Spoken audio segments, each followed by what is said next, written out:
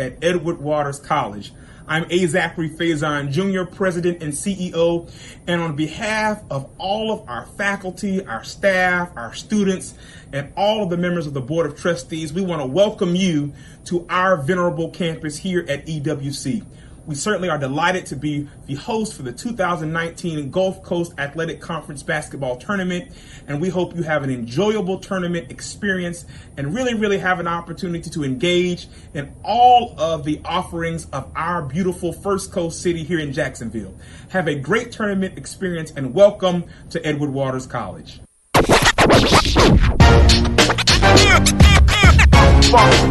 It's like a loop machine. All around town, people trying to get down.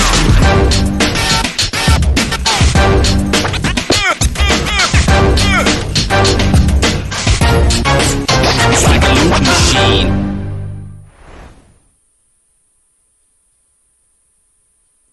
Q Time is a classic Atlanta soul food restaurant located in the historic West End.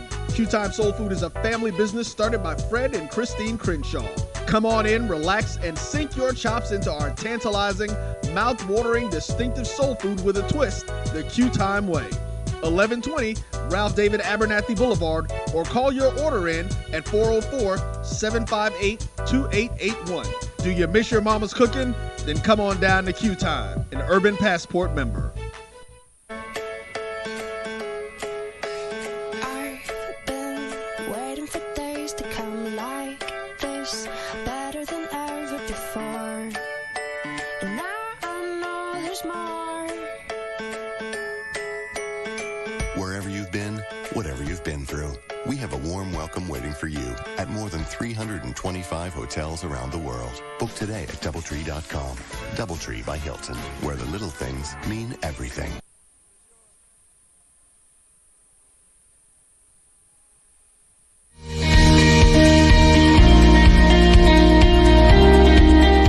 When it comes to collegiate athletics associations, how do you know which is the best fit for your institution? It comes down to priorities. If your school wants to be nationally competitive at a reasonable price while driving enrollment and supporting the school's bottom line, the NAIA is the best association for you. How do NAIA schools do it? NAIA schools measure success not just by game scores, but by their financial bottom lines. Their NCAA counterparts spend an average of 60% more on athletics. For the schools at the top of the Directors' Cup rankings, the cost goes up to twice as much as an NAIA school. Regardless of their size, all schools are in competition for students.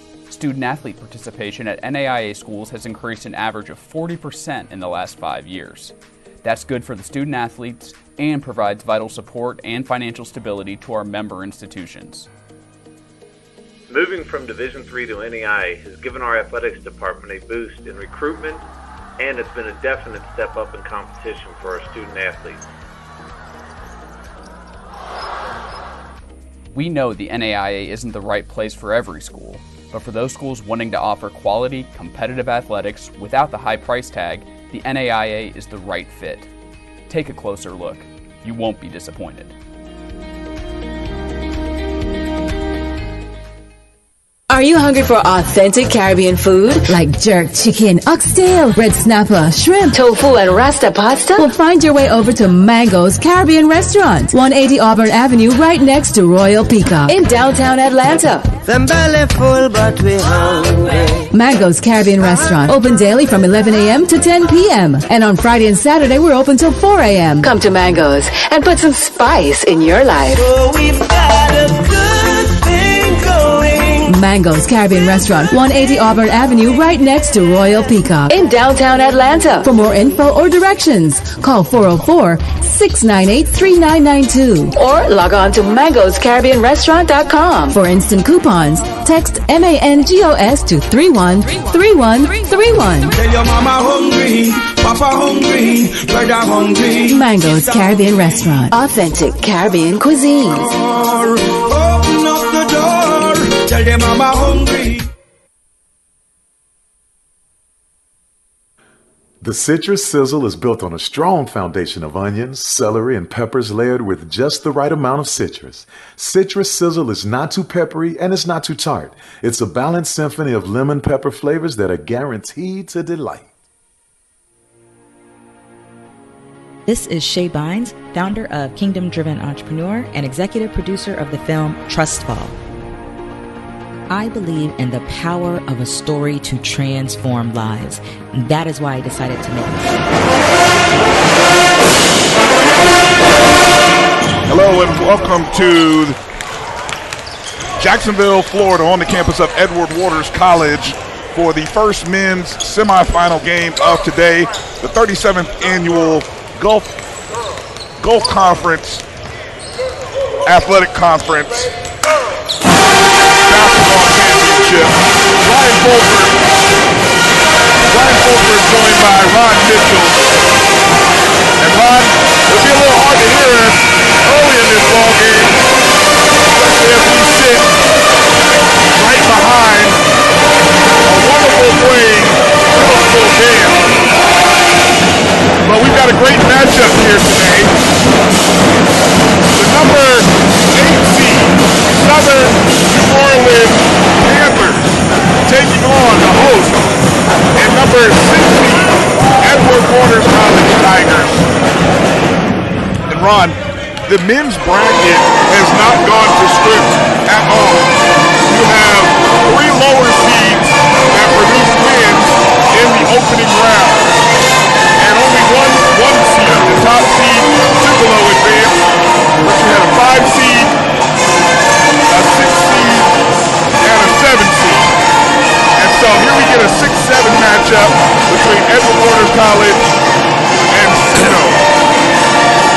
I mean, one of the things you have to look at, this is called like the second season, because during tournament play, it's not about the regular season. It's about who steps up and make plays and can advance to the next round. Obviously, there have been a lot of upsets in the girls and boys brackets. So this has been a very exciting, I'd say, basketball expedition that has been put on by many. There are some new players that have stepped up, elevated their game, and propelled their teams into the next round. So yesterday we saw Edward Waters, the host team, come up and play big with a nice little victory, and today they're at the pinnacle of taking their next step if they can get by Suno. So let's set up how both of these teams got here. For the 7 seed, Southern New Orleans, we'd have to definitely call it one of the biggest upsets of today, of yesterday, until the ladies in the women's program knocked off the 1 seed. But for Southern New Orleans, they got here courtesy of a 79-73 victory over 2 seed Talladega last night. Southern New Orleans 8-21 on the season, 2-12 in the conference. And for Edward Waters, as a 6 seed, they defeated Dillard 66-55. Pretty much a dominating performance for pretty much 30-35 minutes of that contest for Edward Waters. These two teams did play each other twice during the year. Edward Waters won both contests. Back on January 12th, Edward Waters won 65-64 right here in this building. Then on February 11th at Southern New Orleans, Edward Waters won that game 89-78. Let's set the starting lineups. Obviously, the starting lineup for Edward Waters, we're going to start with number 2, Cedric McGinnis. Number 3, Robert Thomas. Number 12, Marquez McGee. McGee, who actually didn't start in the quarterfinal game, but he is starting this game. Number 25, Devontae Dixon, another player who didn't start in the first game of the quarterfinals, but he is starting this one. And then first team all-conference player, number 33, Dennis Miles. The head coach for Edward Waters, Frederick Summers, his first season. Edward Waters 10-10 in the regular season, 5-9 overall. Edward Waters in the gray uniform, purple letters and numbers trimmed in orange. For Suno, the Suno Knights, starting lineup, number 0, Ray Anderson, number 2, Dimitri Cook, number 4, Kevin Dorsey, number 11, Marcel Daniels, and number 15, Alfred Robinson. We gotta, give number 3 a little shout out. He's a hometown boy from Orlando. Your neck of the woods, our neck of the woods. There you go. The last time these two teams played, Marcel Daniels was the leading scorer for Suno with 20 points. Garen Tate came off the bench and provided 19 for Edward Waters. The last time these two teams played, they were led by Dennis Miles, who had 24, and Arquez McGee had 18. Getting ready to tip this off.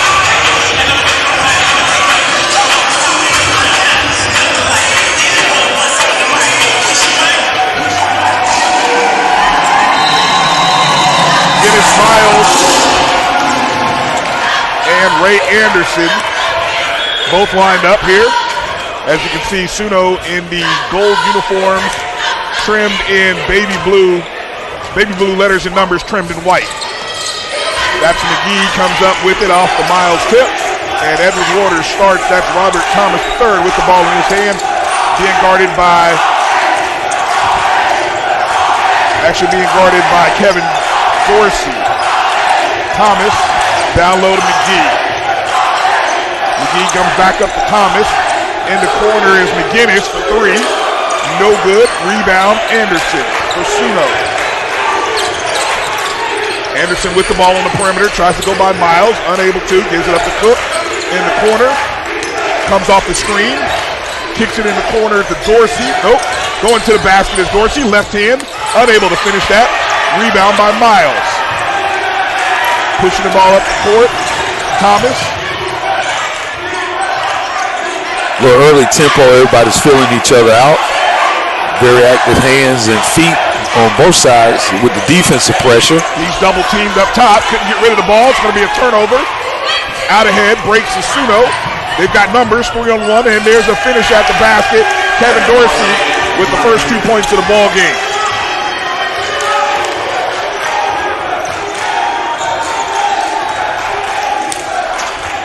You got to look at, see who's going to set the early tempo, get a couple of easy baskets, everybody get in a rhythm. Thomas goes down low, that's Dennis Miles. Here comes a quick double, finds an open man, that's McGinnis for 3, knocks it down.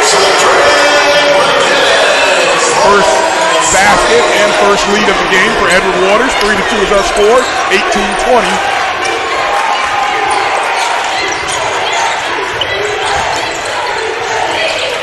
Anderson with the ball looking. Finds Dorsey, comes off the screen, he's met by Miles, kicks it back out to Anderson. 3-point attempt, no good. There's a rebound by Daniels. That was a long bounce off that rebound.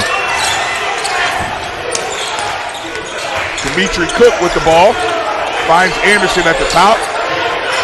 Down low is Dorsey. Being guarded tight by Thomas. Unable to get that up. Into the lane. Number 15 off the glass. Alfred Robinson with the basket. That was a tough contested hook. Running hook in the lane. Already 2 quick lead changes in this ball game. 4-3, Suno leads. Thomas looking. Miles with it into the lane. Finds his teammate McGee, and he's blocked from behind, but they're going to call a foul instead. A little activity there under the basket, a little bumping. Uh-oh. Let's see what the officials call. The officials might want to give a double foul. It's kind of early in the ball game for that. Just appears to be a warning. Oh, correction, they are going to call a technical. Oh, they did call a double technical. So they call a double technical there.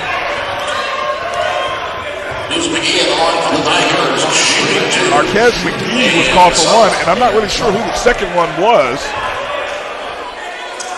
Our announcer said Garan Tate. Tate is not in the ball game right now for Suno, unless I'm missing something. It could have been number 11, Marcel Daniels. Let's look at the board here and see if we can figure that out. It should have been Alfred, number 15. Yes, that looks like, because he now has 2. Yes. So that is he had a little elbow. It was a little high elbow, doing a little talking.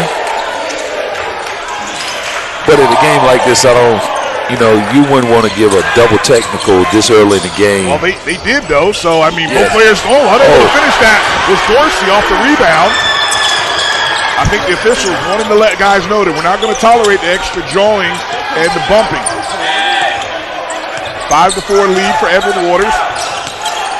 Cook calls for a screen, spins away from it, goes into the lane, and he's going to be fouled by Robert Thomas, number 3. Tiger foul number 3, Robert Thomas, the third. Is personal second team foul. At the line, Dimitri Cook. Dimitri Cook at the line for Zeno shooting. Both teams are extending the defense out. They're not letting everybody really get any free dribbles because they're putting a lot of attention on the ball, even when it's deep off behind the three-point line. They did call that foul on Garen Tate. And I may be mistaken, Ron, double-check me on this. Garen Tate is not listed as on the floor, so we'll have to keep an eye on that and kind of confirm what we're seeing.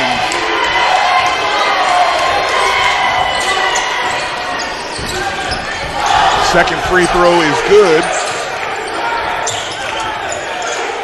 6-5 Suno lead. Cross-court pass to Dixon. Down low. Turn around. Dennis Miles with the finish. Miles is going to be tough all day long if you let him get in the low post. Daniels on the low block, looking into the lane. Pump fakes, goes up, counts it. Another lead change. Back and forth these two teams go here in the first 4 minutes, 3.5 minutes of this ball game. 8-7 Suno lead. That's Cedric McGinnis with the ball in his hands into the corner, down low to Miles. Turnaround left, no good. Spins in and out. Rebound unable to be secured. Miles comes up with it, goes cross court to Oakley into the lane. Jump shot, no good. Rebound. They're going to say Alfred Robinson tried to come down with that rebound, but it actually went out off of him. Check that. That went off of the EWC player, so Suno comes up with the ball. Dimitri Cook with the ball in his hands on the left side. Goes off the screen into the lane. He's met by Dennis Miles. Did a good job of meeting the drive without fouling there. Suno inbounding underneath. 15-51 to play in the first half. Ray Anderson with the ball. Gives it over to Daniels. And they're going to call him with a push-off on Chris Oakley. Good defense by Chris Oakley there. He was trying to deny going across court, and that push-off was enough that the ref called the foul. Anytime you elevate your arms above your shoulders on the push, extending out, you're going to get that call.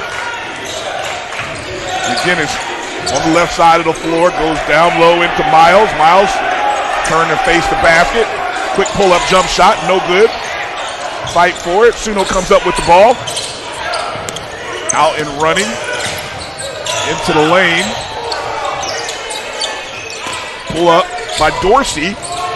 Didn't go for it. He ends up kicking it out to the corner instead of going up with it. All the way back out top does the ball in the hands of Dimitri Cook. Goes off the screen, decides to use it this time.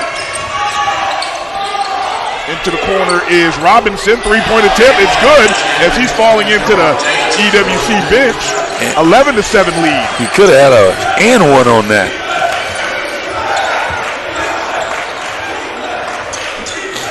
Cedric McGinnis over to Dennis Miles, who's out top. Gives it over to McGee. McGinnis being guarded up top, trying to find his way into Miles. There's a three-point shot by Oakley, no good. McGinnis gets the rebound, puts it back up. Nice basket by Cedric McGinnis. Nobody stayed in to box him out. He was able to get in the lane, get a nice putback. Marcel Daniels brings it across. Started by, there's Dorsey there. Robinson looking, and they're going to call an offensive foul on Suno. Looks like that is on. That's his second offensive foul. They call that on Dimitri Cook. And substitutions coming in the ball game. Tigers ball to the baseline. For Suno, number 3, Chris Mark. And number 12, Daryl Jacob.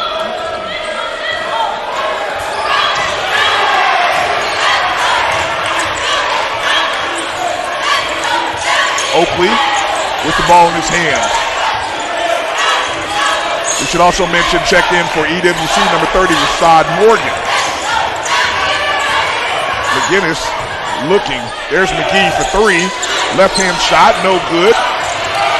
Rebound by Suno, by Daniels, and he's bumped as he's coming across or coming up on the half-court line. They call that foul on Oakley, Chris Oakley. His first, team third.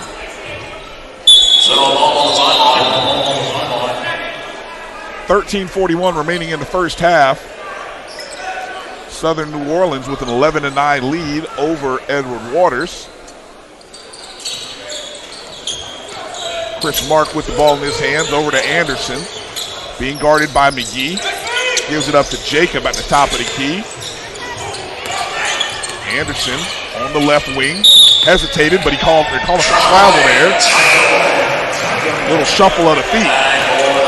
They call him turning it over. I think you spoke about that earlier today.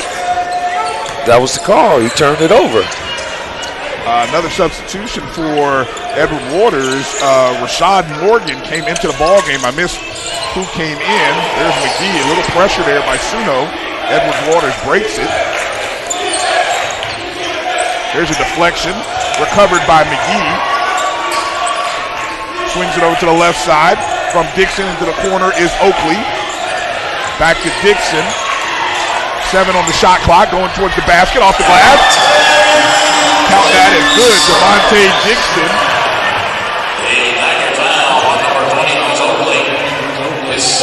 Chris Oakley called for another foul in the, and that's going to be his second foul that Oakley has picked up. That wasn't a smart foul. I mean, especially off of a made basket.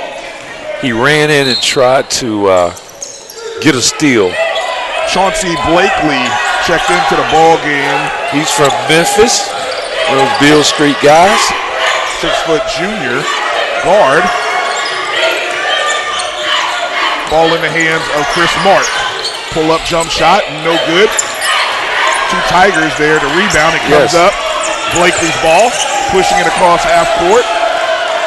Calling for a quick screen from Miles. Splits the double, loses control of the ball, recovered by Dixon. Looking down inside, Miles is being guarded hard. He wants the ball into the corner. There's McGee, 3-point attempt, good! The big guy with a smooth stroke from outside. 14-11, Edward Waters now has the lead. 12 minutes to play in the first half.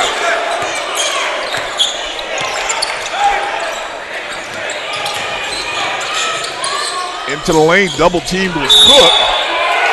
Got him. Tried to give that ball over to Marcel Daniels. And there's going to be a technical foul. I think there's going to be a delay. But let's see what happens here. That was not a smart move. Well, if it's he hit the ball out of the guy's hand, and he's giving him a technical for that. But Marcel Daniels is holding on to the ball. Yes. So we're trying to wait and see. Well, we're gonna take a quick break while we try to figure out what happened. We'll be back right after these words. This is Shay Bynes, founder of Kingdom Driven Entrepreneur and executive producer of the film Trustfall. I believe in the power of a story to transform lives. That is why I decided to make the film Trustfall. It's a story that I believe will touch the hearts of entrepreneurs around the world.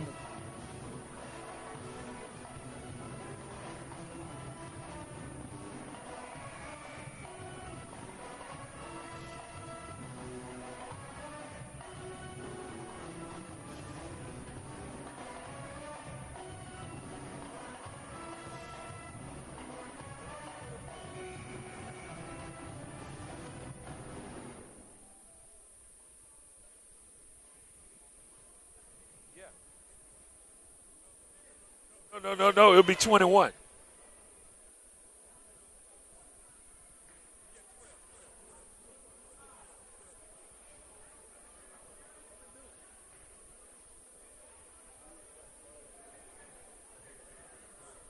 Who truly desire to start and grow their businesses by partnering with the presence of. Back to action here. Our 6-7 matchup between Edward Waters and Southern New Orleans. A little conference, a little extended conference by the officials here. I think we had an official call let's reset the play. Because that would be two technicals let me reset. Call on McGee. Let's reset. And what happened after the foul was called, Marcel Daniels of Southern New Orleans had the ball. He held it for a little while. And he shifted around. He didn't want to give it to the ref. Didn't want to give it to the officials. And then it was Arquez McGee kind of poked the ball out, trying to get the ball so that he can quickly inbound. He reached for it twice. Right. The official, seeing what happened, called a technical foul. It looked like he called a technical on McGee. Let's see what happens. They're giving a technical to Arquez McGee. But I also wonder, there's no delay on Marcel Daniels for holding on to the ball. And the officials are explaining to the coaches the reasoning for the technical. Personally, I felt it was a little rushed, but then again, you got to think, we had a double technical already called earlier in the ball game. And he was standing there. He was a part of just standing without saying anything. He didn't raise his hand on the first technical. The question is, I don't recall who was involved in the ball.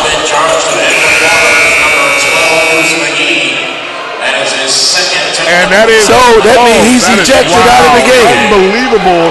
Yes. With his second technical, McGee is now gone from the ball game with his second technical.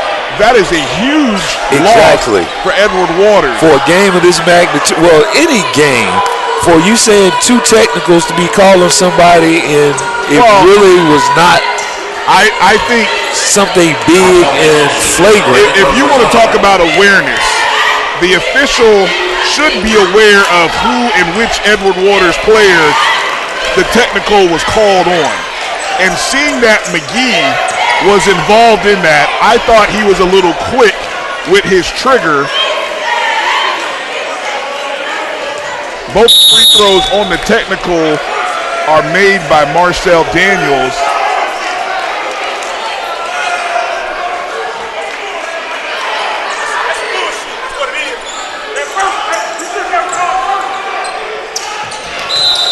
That's going to be a tough pill to swallow. So now Edward Waters without McGee, who's been averaging about, McGee who had 13 points in the last game, but we've already seen his impact in this game. And so now the Tigers will be without him for this contest. And Ron, I don't know how that affects. Oh, this is major. This is major. He is a defensive. Well, I was going to say, if you get two technicals, are you eligible for the next game, or do you sit out a game? Which, if Edward Waters wins, now he's ineligible for the next game. And we'll have to try to find that out on what the exact conference rules are. But I was saying that is the long-range impact of that double technical. Yes. But then again, I could be applying soccer. Like in football, you sit out a half. Yeah, I could be applying which sport, which rules I'm applying. It could be. So we'll try to bring ourselves back into the action here. 10:40 remaining as Edward Waters with a 16-13 lead, having to play without one of their key players. To the basket on that make is number 3, Chris Marks for Suno. Marks he jumped right into the body of one of the EWC defenders and made a nice kiss off the glass. Being tightly guarded is McGinnis, and he's fouled. So offensively and defensively, I'm not sure who will be able to substitute for what McGee had given them in their offensive productivity as well as on the defensive front, because he's a long body, long hands, contest a lot of shots. McGinnis finds Miles at the top of the key. Three-pointer, no good. That rebound by Jacob. Up comes Suno. Mark with the ball, goes cross-court over to Daniels. Looks inside, thinks about it, doesn't give it to Jacob, and they're going to say that Rashad Morgan had his hands on the back of Daryl Jacob.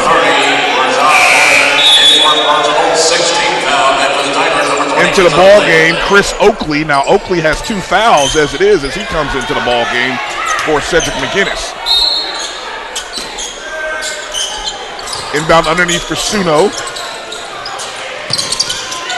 Dimitri Cook finds it. He goes down to Jacob. Nice little 2-man game there. And Suno takes the lead, 17-16.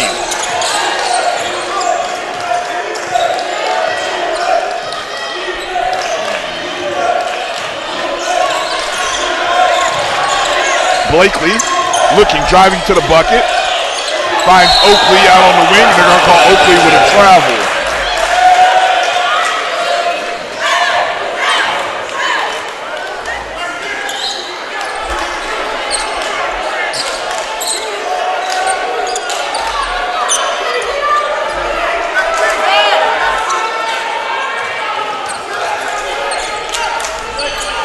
A 17-16 lead, 9:26 remaining in the first half. Chris Mark with the ball, over to Robinson. Darrell into the lane, nice finish. Big time finish by Darrell Jacob. The big fella curls and finishes, and Edward Waters calls a timeout. That was simple fundamentals of basketball. Do you pass above the screen or you go below if you're in the lane? And definitely he should have gone down low. And by him trying to come over the top, he left it open for the big man for the flush. The Knights are on a 6-0 run since the technical foul that saw the ejection of Arquez McGee. And definitely that's one of those situations where guys have to really refine their composure now and keep playing this ball game.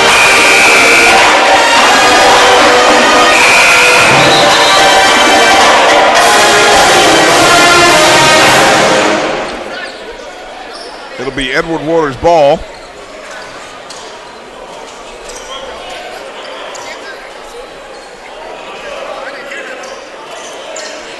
Looks like we've got a late check-in.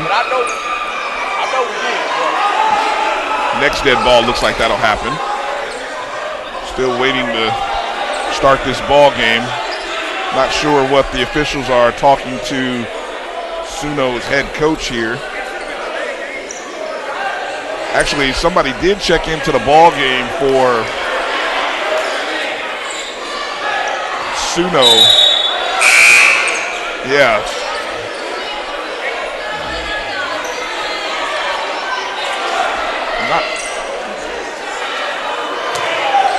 So Alfred Robinson, they send back off the floor. Robinson was actually on the floor before the timeout. I'm not really sure what happened and why he has to come out. He was actually on the floor before the timeout was called.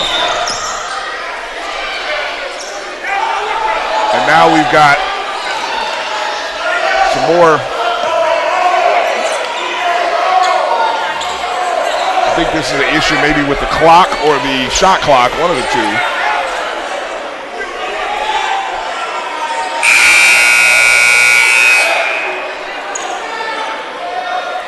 A lot of discussion going on. Well, they told the one guy he couldn't have his leggings down below his pants. Oh, uniform violation, huh? Okay, and so now Alfred Robinson does check in for Suno, and checking in for Edward Waters, number 11, Javante Arnold. He checks in for Rashad Morgan. All right, let's see if we can play some ball here. We've had a couple of minutes of little back and forth confusions and so on and so forth. Strong take to the basket. Devontae Dixon. 19-18, Suno lead. That breaks up the 6-0 run that the Knights were on. And that is going to be foul on Chauncey. Chauncey Blakely. His first, team 7th. That's going to send Suno to the line 1-1 here with 8:47 left in the first half.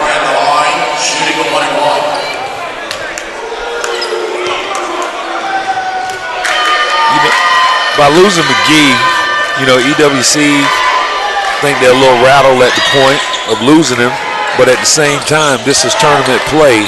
You have to play on with who you have on the floor.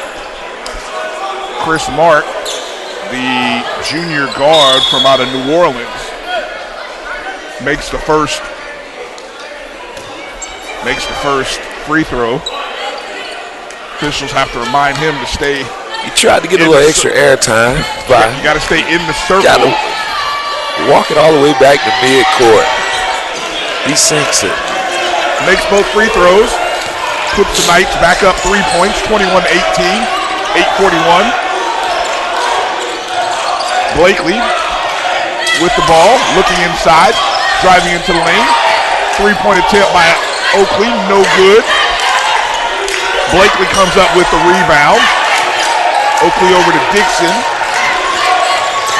Dixon looking, and they're going to say he put his forearm out there, and they're going to say an offensive foul, but then we got offensive foul, number 25, Devontae Dixon, his first personal. Also a technical foul has been charged in with Waters, number 25, Devontae Dixon. and then they give a technical foul. His second foul. Okay, so I think the technical foul is then called on Dimitri Cook, and that sends Dixon to the free throw line to shoot a couple. First one is good. That becomes the second. At this point, I think we've had our fair share of technicals. Well, I will give the officials credit for already stating they've called, 4 technicals in this ball game. I think the officials are making it known to both teams that they're not going to let this game get away from them. And so both teams would be wise to talk amongst themselves and remind guys to stay composed and leave all the extra touching and bumping after the play, leave it alone. Into the lane is Cook, nice double pump, but there's a rebound by Jacob. It has it stripped out of his hand. Blakely all the way up the floor to Oakley, and he finishes. Chris Oakley finishes that off the pass on Blakely. Ball almost stolen. Here comes Suno. They've got numbers if they get up the floor quickly. Into the lane. And the foul. No foul called. Dimitri Cook. There's a lot of contact. Spin by Dixon. Lost the ball. Almost saved by Gerald Jacob. 23-21 is our score. Suno, Southern New Orleans leading 7:41. For such a tight call game with the technicals, the last 3 or 4 possessions, you saw a lot of contact. Kevin, I'm sorry, go ahead. And no calls to follow. Kevin Dorsey checked into the ball game right there for Marcel Daniels. So it will be Edward Waters' ball under their own basket here. 24 seconds on the shot clock. Miles with the ball on the baseline, being guarded by Jacob. Turns and face, pulls up. Soft touch, but falls off the rim. Suno all the way up to Jacob. And that's been a nice defensive play there by Chris Oakley to knock that ball out of the hands of Jacob as it goes off his leg and out of bounds. The big man beat everyone up the court, and there was a nice pass, and he was going to flush it hard.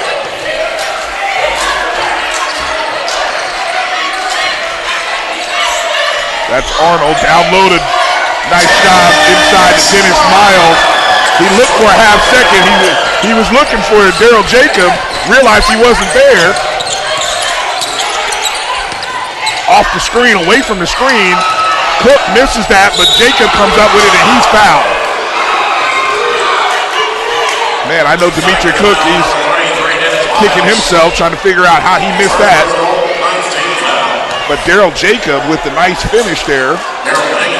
Well, Miles has his first foul, and he is all EWC has down low that has been in the starting lineup for most of the season with McGee gone.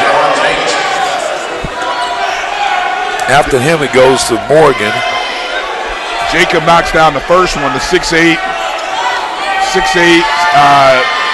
junior from out of New Orleans. Misses the second one. There's a strong rebound by Dennis Miles. 24-23 lead for Suno. 6:53 remaining in the first half. Miles at the top of the key. Looking, decides to keep it. He's doubled up real quick. Gives the ball back up. Arnold now has it at the top of the key. Quick double. They tried to get it to Miles. Oakley comes up with it now. He gives it back to Miles. Miles unable to finish. Gets his own rebound.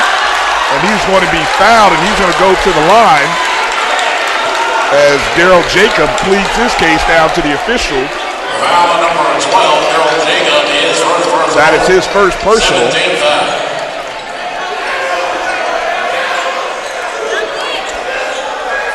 Dennis Miles shooting 2 and some.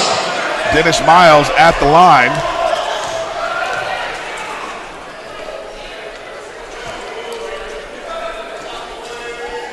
First one is good.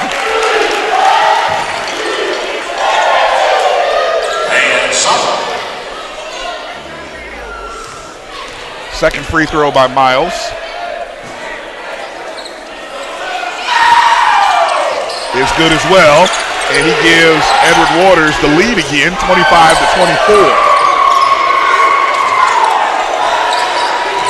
Quick, and a turnover there off the press, so give some credit to Edward Waters for changing up their press coming off the basket, forcing a turnover there. Blakely with the ball at the top, looking for instructions from Coach Summers. Arnold with the ball. Over to Oakley. Gives it to Dixon. Off the screen. Dixon gives it to Miles. At the rim. Unable to finish, but they're going to call a foul there. That's going to be on number 0, Ray Anderson. He thought he had a good jump. And actually, Miles was carrying himself right underneath the basket. Dennis Miles on the line for the Tigers. Dennis Miles back to the free throw line. And some. Miles with 6 points in the ball game, 4 rebounds. He just made his last 2 free throws. He makes that one. Both teams shooting quite well at the free throw line, both shooting over 83-84% in this ball game. Edward Waters currently 5 of 6. Suno is 7 of 8. Miles looking to make his 4th in a row. He does. Extends that Tiger lead 27-24.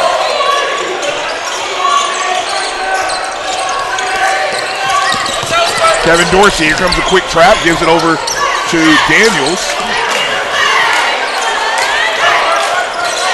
Picks up a screen from Jacob. And that's going to be blocked by Miles.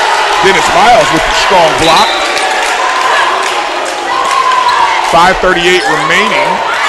Daniels got away with another offensive foul because his elbow came up on that little offensive move on the push-off.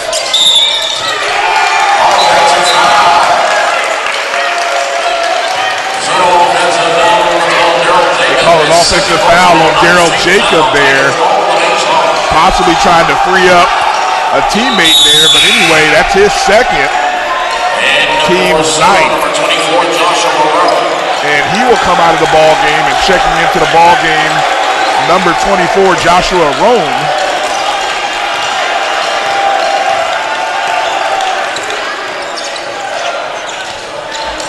Blakely, dribble hand off to Oakley. That's Arnold looking into the lane. Nice finish. Nice and one. Javante Arnold.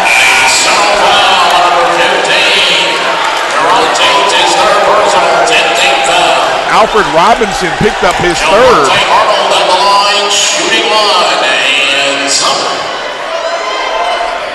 29-24 lead. Arnold looking to cap off the old school three-point play. Knocks it in. 30-24 for Edward Waters. Down low is Rome, and he's going to be called his traveling.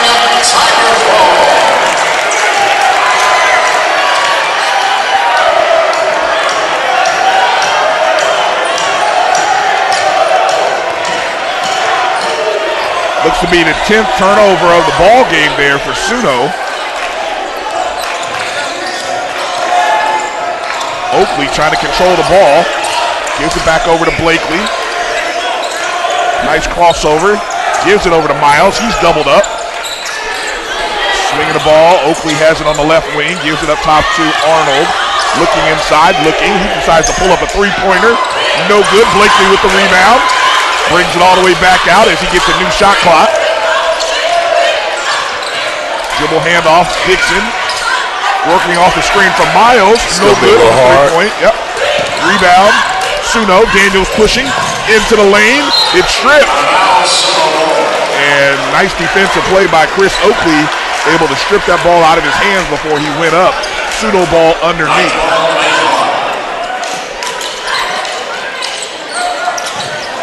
Stolen by Miles. He's on the push. Dixon looking. Gives it to Blakely, and he chooses to slow it down and reset. Chris Oakley with the ball. Gives it back to Blakely. Looking inside for Miles. Nope, not on that angle. Going the other way. And that ball just a little high by Javante Arnold. Back comes Suno. Down low to Roan. He goes up strong off the glass. Nothing. Rebound by Miles. 3:53 remaining in the first half. Edward Waters with a 30-24 lead. Chauncey Blakely with the ball in his hands. Going left. Decides not to go to the basket. Brings it back out. Gives it inside to Dennis Miles. Pull up jump shot. No good. Rebound by Kevin Dorsey. Behind the back. Across the court. Into the lane, finds his teammate, Ray Anderson, for three. No good. Chris Oakley fighting for it. Loose ball comes up in the hands of Rome. Tipped out, controlled by Dorsey. Dorsey knifes through the lane.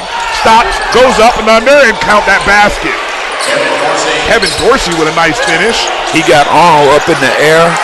Nice little up and under.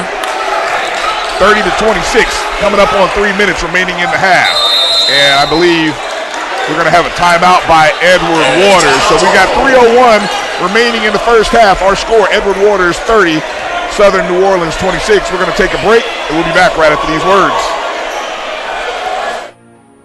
This is Shay Bynes, founder of Kingdom Driven Entrepreneur and executive producer of the film Trust Fall. I believe in the power of a story to transform lives. That is why I decided to make the film Trust Fall. It's a story that I believe will touch the hearts of entrepreneurs around the globe who truly desire to start and grow their businesses by partnering with the presence of an awesome and limitless God. At my core, I'm a passionate storyteller, so I was like a kid in a candy store making this film. Not only did I have the opportunity to be the producer and even assist in the fun of directing, but I was also the one who was able to tell my own testimony of the goodness of God in my life. My prayer is that this film ignites greater faith and stirs up a deeper hunger of experiencing more of God in your life and business. Because with God, there is always more.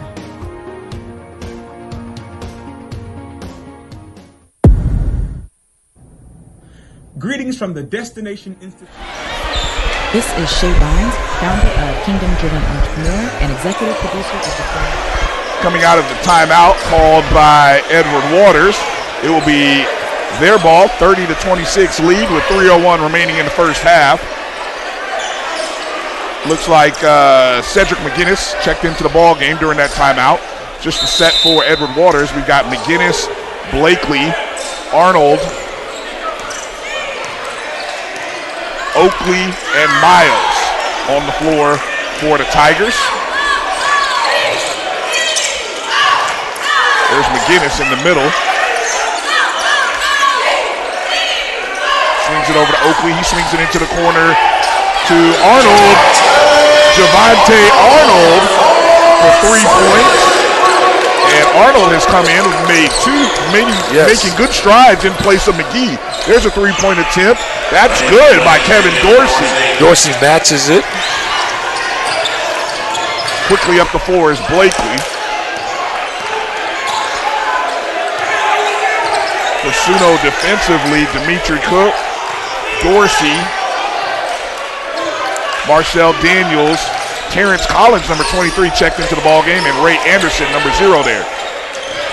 Down low to Miles, turnaround, off the other side of the rim, rebound by Dimitri Cook, pushing up the floor, looking, knifes to the lane. That's Collins for 3, air ball, no good, off the other side, Arnold comes up with it. Not how you want to shoot your first shot of the ball game, but got to get the nerves worked out, I'm sure. 1:40 to play in the contest, first half. Javante Arnold playing significant minutes in place of Arquez McGee, who picked up 2 technicals. Suno's playing their defense back a little further now. Nice move by Dennis Miles. No hesitation, quick catch, quick move. 35-28 lead for Edward Waters. He found the spot in the middle of that 2-3 zone and exploited it with a nice jump hook. Collins, this time he hit the backboard and rim, still didn't go in. 1 minute to play. Gets the long rebound off the front of the rim. Blakely tightly guarded by Dorsey. Dorsey talking to him a little bit, staying up. Yeah. 12 seconds on the shot clock, 10 seconds on the shot clock. Picks up the screen from Miles, gives it to Miles at the top of the key. He's quickly doubled, might even be tripled. Step through, turnover, Anderson, steal up ahead to Daniels, go to the basket. And let's see what they call on this one. As Oakley tried there. Now Oakley did grab him up around the upper body. He didn't hit his head. I'm not sure what they're gonna call here. They're going to call an intentional foul.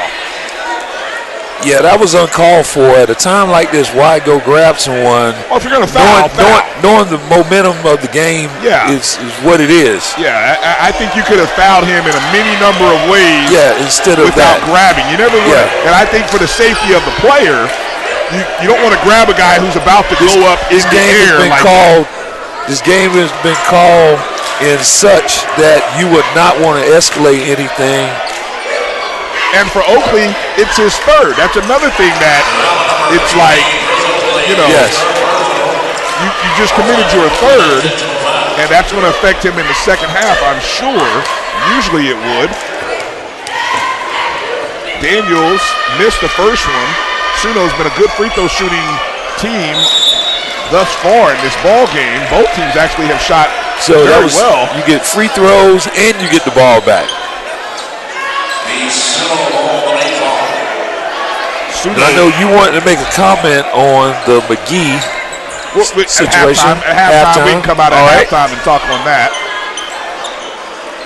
As we learn some information regarding Arquez McGee. Again, Arquez McGee for Edward Waters was ejected or disqualified from this contest after receiving 2 technical fouls.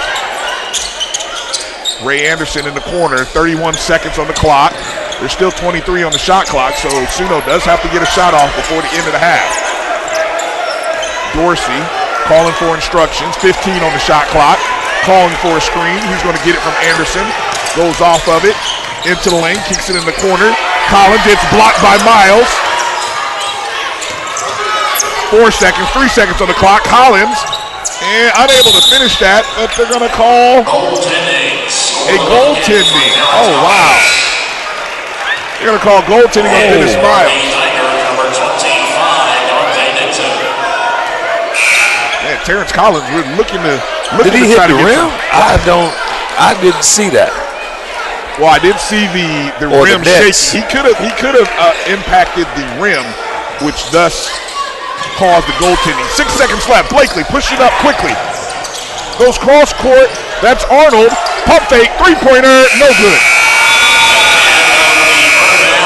So that is going to end the first half. Our score, Edward Waters 35, Southern New Orleans 32. We'll be back with a halftime special and more after these words. Friends, now time for our halftime. I believe in the power of a story to transform lives. That is why I decided to make the film Trust Fall. It's a story that I believe will touch the hearts of entrepreneurs around the globe who truly desire to start and grow their businesses by partnering with the presence of an awesome and limitless God. At my core, I'm a passionate storyteller, so I was like a kid in a candy store making this film. Not only did I have the opportunity to be the producer and even assist in the fun of directing, but I was also the one who was able to tell my own testimony of the goodness of God in my life. My prayer is that this film ignites greater faith and stirs up a deeper hunger of experiencing more of God in your life and business. Because with God, there is always more.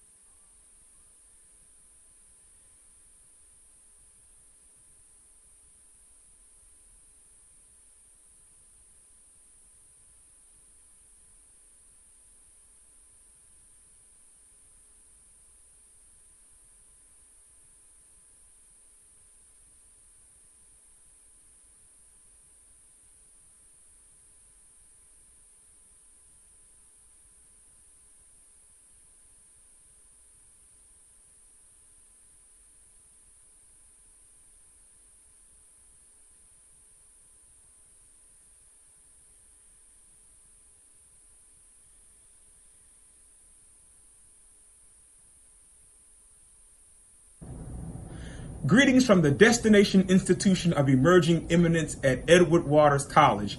I'm A. Zachary Faison, Jr., President and CEO, and on behalf of all of our faculty, our staff, our students, and all of the members of the Board of Trustees, we want to welcome you to our venerable campus here at EWC. We certainly are delighted to be the host for the 2019 Gulf Coast Athletic Conference Basketball Tournament, and we hope you have an enjoyable tournament experience and really have an opportunity to engage in all of the offerings of our beautiful First Coast city here in Jacksonville. Have a great tournament experience and welcome to Edward Waters College. It's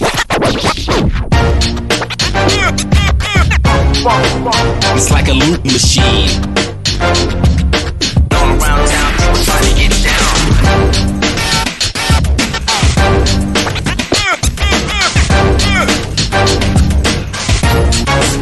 It's like a loop machine.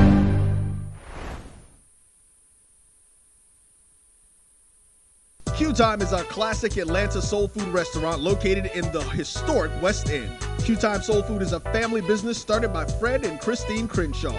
Come on in, relax, and sink your chops into our tantalizing, mouth-watering, distinctive soul food with a twist, the Q Time way. 1120 Ralph David Abernathy Boulevard, or call your order in at 404-758-2881. Do you miss your mama's cooking? Then come on down to Q Time, an Urban Passport member. I've been waiting for days to come like this, better than ever before. And now I know there's more. Wherever you've been, whatever you've been through, we have a warm welcome waiting for you at more than 325 hotels around the world. Book today at DoubleTree.com. DoubleTree by Hilton, where the little things mean everything.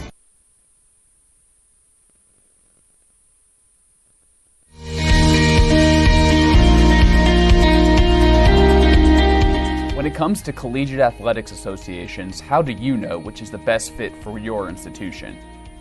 It comes down to priorities. If your school wants to be nationally competitive at a reasonable price while driving enrollment and supporting the school's bottom line, the NAIA is the best association for you. How do NAIA schools do it? NAIA schools measure success not just by game scores, but by their financial bottom lines. Their NCAA counterparts spend an average of 60% more on athletics. For the schools at the top of the Directors' Cup rankings, the cost goes up to twice as much as an NAIA school. Regardless of their size, all schools are in competition for students. Hello, this is Roy Evans here of the Black College Sports Network, and right now we are talking with Mr. Steve Martin, the commissioner of the Gulf Coast Athletic Conference. How you doing, Mr. Martin? I'm good. Well, we want to first thank you for the opportunity to work with you all to see what we can do to help bring more exposure to HBCU sports across the nation and around the world. But why don't you tell the folks who may be watching a little bit about the Gulf Coast Athletic Conference and yourself? Okay, so first I want to say thank you guys for coming out and supporting us and really providing an expert production to the conference tournament. But basically, we're the Gulf Coast Athletic Conference. All of our members are HBCUs. We stretch everywhere from Little Rock, Arkansas, down to Jacksonville, Florida, with schools in New Orleans. We have 3 schools in New Orleans. We also have Talladega, that's in Alabama, along with Tougaloo College and Rusk College. And look, I have to tell you, our basketball tournament is probably our biggest event of the year, and it's exciting for us to be in the venue down at Edward Waters College to participate and have this tournament. All right, well, great. Are there anything in particular now? We know that the Gulf Coast Athletic Conference is not a football conference. Correct. But what are some of the other things that you'd like folks to know about things that you guys got going on and that you do? Well, I tell you, with the exception of football, we participate obviously in men's and women's basketball, track and field, cross country, volleyball. We have an excellent volleyball program at Xavier University. They rank nationally. So again, cross country, men's and women's basketball, tennis, baseball, softball. Talladega has a soccer program. So we go across the board in sports, and we're very proud of really the competitive level of all of our sports teams. Okay. Well, great. Well, Mr. Martin, we're not going to hold you up. We're going to let you continue to enjoy the festivities here today. Okay. Again, we want to thank you for the opportunity, and we look forward to working with you all in the future. Again, Mr. Steve Martin, Commissioner of the Gulf Coast Athletic Conference, right here on the Black College Sports Network. We'll be back with Brian and Ron with a little more in a bit. Okay, thank you. In the last 5 years. That's good for the student athletes and provides vital support and financial stability to our member institutions.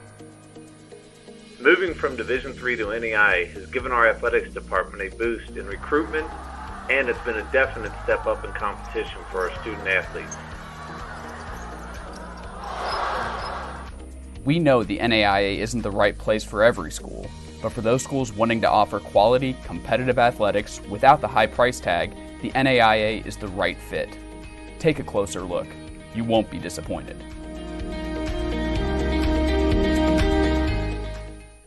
Are you hungry for authentic Caribbean food like jerk chicken, oxtail, red snapper, shrimp, tofu, and rasta pasta? Well, find your way over to Mango's Caribbean Restaurant, 180 Auburn Avenue, right next to Royal Peacock in downtown Atlanta. Them belly full, but we hungry. Mango's Caribbean Restaurant, open daily from 11 a.m. to 10 p.m. And on Friday and Saturday, we're open till 4 a.m. Come to Mango's and put some spice in your life. So we've got a good thing going.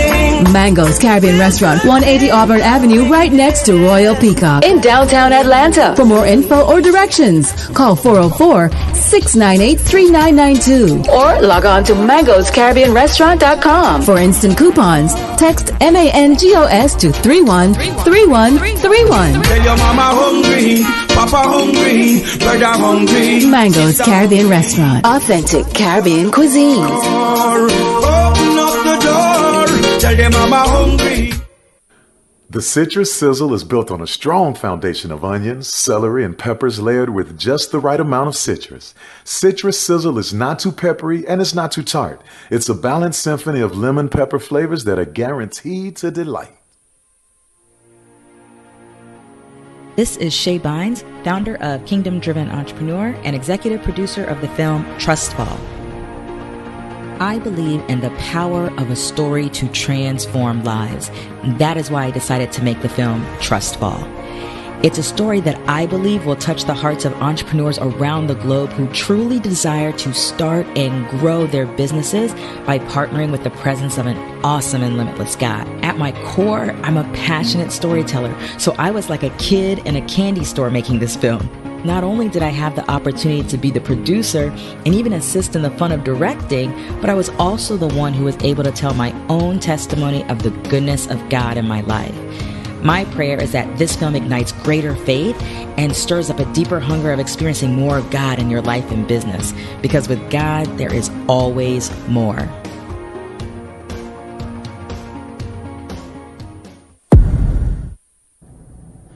Greetings from the Destination Institution of Emerging Eminence at Edward Waters College. I'm A. Zachary Faison, Jr., President and CEO, and on behalf of all of our faculty, our staff, our students, and all of the members of the Board of Trustees, we want to welcome you to our venerable campus here at EW.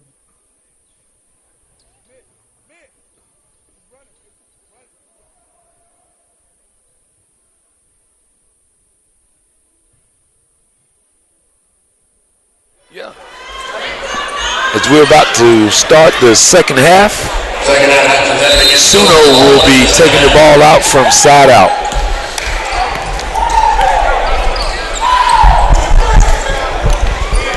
We have a 35-32 start at the beginning of the second half. Second half action beginning here. Suno with the ball. That shot by Alfred Robinson, no good. The follow attempt by Marcel Daniels, and he's going to be fouled on the floor or on the putback. They're going to call that on Dennis Miles, his second.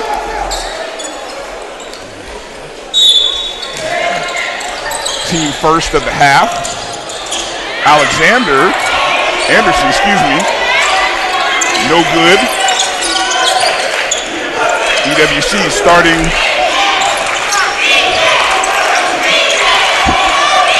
their original starting lineup, of course, minus Arquez McGee. Inside, nice turnaround jump hook, no good by Dennis Miles. I think if he would have gathered himself a little better. Ray Anderson right down the lane, uncontested slam. 35-34 lead for Edward Waters. I think Miles did a good thing by not going over drawing another foul so quick, because they're going to need him down the stretch. The hands of McGinnis. There's Javonte Arnold for three. No good. Off on the other side. Corralled by Marcel Daniels. Up the floor to the basket. And they're going to call a blocking foul. Alfred Robinson going to the lane. And they're going to call a block on Devontae Dixon. And he was standing really outside of both of the small circles underneath the basket.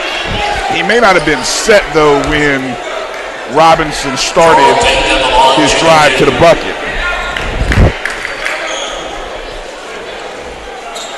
That was a very athletical play by Robinson. He took off from a good distance. First free throw attempt of the half, missed. Suno, a very good free throw shooting team in the first half of this ball game. He does make the second. We have a tie ball game, 35-35, 18:35 to play in the second half. Cedric McGinnis looking. Decides to go to Dixon in the corner. Back to McGinnis. Is looking. Miles working on the block, looking for the ball. There's Miles at the free throw line. turns right into Marcel Daniels for Suno, and Daniels is able to tie the ball up. So on the tie-up, it goes back to Edward Waters. They have 6 seconds on the play clock.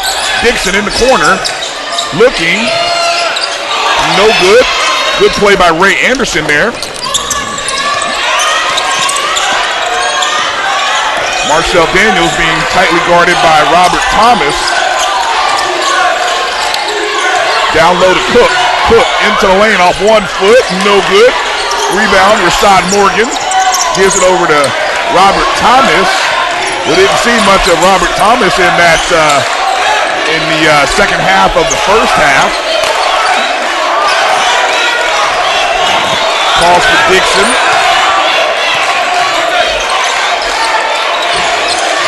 And McGinnis looking for a screen from Morgan. Nope, in the corner's Thomas. There's McGinnis. Thought about it. There's Miles for 3 as the shot clock was expiring. Up the floor comes Suno to the rim hard. It's blocked. Oh! What are they going to say? A blocking foul on Dennis Miles. Kevin Dorsey falling out of bounds, and makes you wonder. I think a lot of people would have said that was a nice block, and the body contact came a little after. First free throw attempt by Kevin Dorsey is no good. But the shot was not impeded at all. It was a good block, but they had the contact after. Dorsey's second attempt at the line. He knocks that one down, so they split a pair of free throws to give themselves a 1-point lead. Suno 36, Edward Waters 35, approaching 17 minutes remaining. Skip to McGinnis. McGinnis into the lane with the left. Rebound by Ray Anderson, but let's see, there's a call on the floor. They're going to call that on Alfred Robinson, and that's going to be his 4th foul. So Alfred Robinson, and checking into the ball game, Daryl Jacob. Robinson is only 6'4", but he has a strong presence around the rim. But and they're going to call. Let's see what they call here. They're going to call Jacob. Wow, they called Daryl Jacob with a foul for, looks like he was holding up Rashad Morgan from being able to move. So now he picks up his 3rd. 2 significant fouls to post players for Suno. All the way back up top. McGinnis goes cross court to Oakley, who checked in the ball game. Chris Oakley. Into the lane is Dixon. Oh, smart play by Dixon to draw the contact. He actually went into the body of Daryl Jacob, but it ends up being a foul on Jacob, and now that is his court.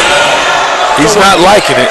Well, he checked in all of maybe 30 seconds ago, picks up 2 quick fouls, and now he has to come to the bench with 4.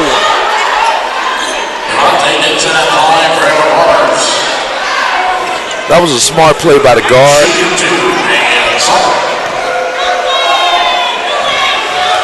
Devontae Dixon at the free throw line. And this is the front end. Dixon is real strong when it comes to, if you see him, he's built like a running back. So when he's taking off toward the rim, he's not afraid of a little contact. Dixon, second free throw attempt, looking to tie the ball game up. He does. Checked into the ball game for Suno, number 24, Joshua Roan.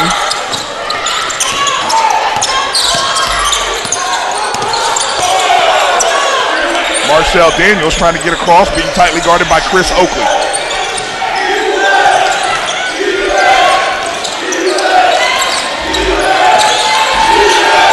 Kevin Dorsey with the ball. Dorsey. Cook with the ball, looking. Off the glass as the shot clock. Offensive foul. And give that. Cedric McGinnis able to take the charge. The center offensive foul number 2 to be picked up is the third personal, 4th team foul. He was set, but the offensive player really probably jumped like 3 feet. And coming down right on top of McGinnis, drawing the foul. 36-36 is our score. Number 6 seed Edward Waters, number 7 Suno, Southern New Orleans into the lane off the back of the glass. Devontae Dixon, 2-point lead for the Tigers.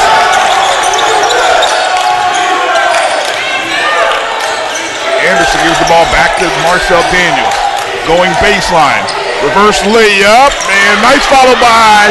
In and out, that followed by Roan, unable to convert that. Rebound by Morgan. Back comes Edward Waters. McGinnis on the left wing. Waits till Morgan comes down, decides to go all the way back up top. Robert Thomas with the ball. Right side, there's Dixon for 3. No good. Rebound, Marcel Daniels.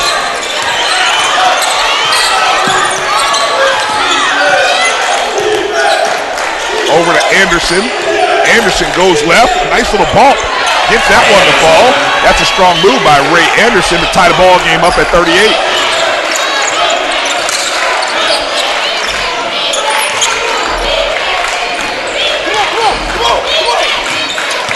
Nice back cut to McGinnis. Goes right into the body. Good play.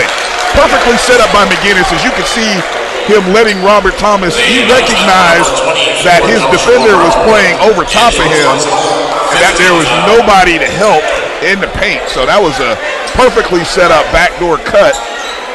And then he goes into the body of Joshua Roan, and that is his first. Shooting 2. And so.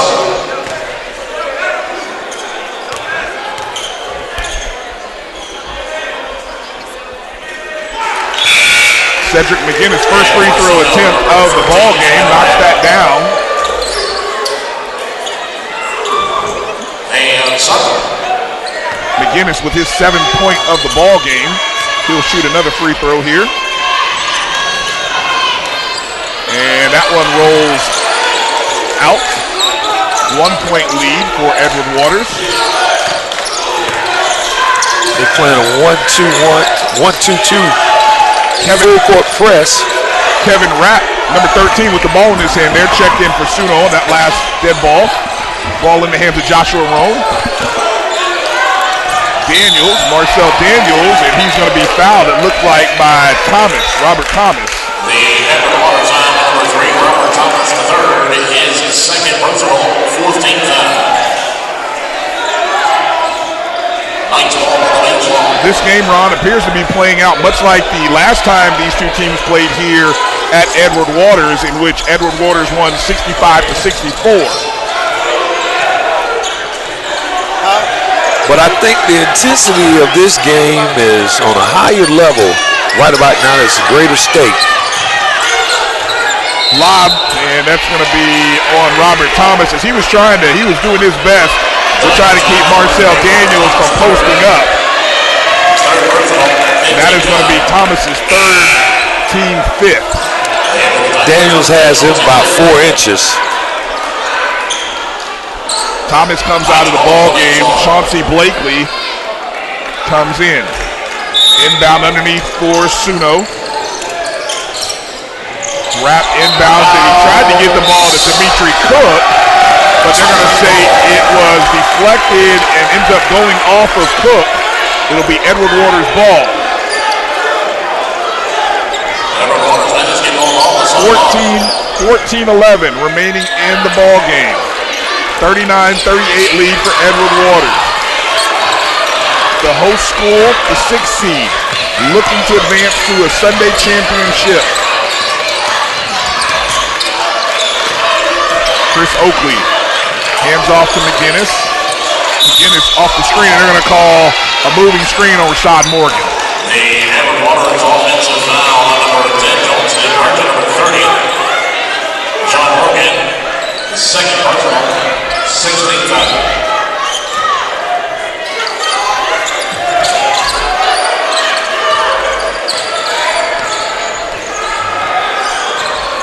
Kevin Dorsey with the ball. Edward Waters playing some tight defense. That's Chris Oakley trying to deny Marcel Daniels.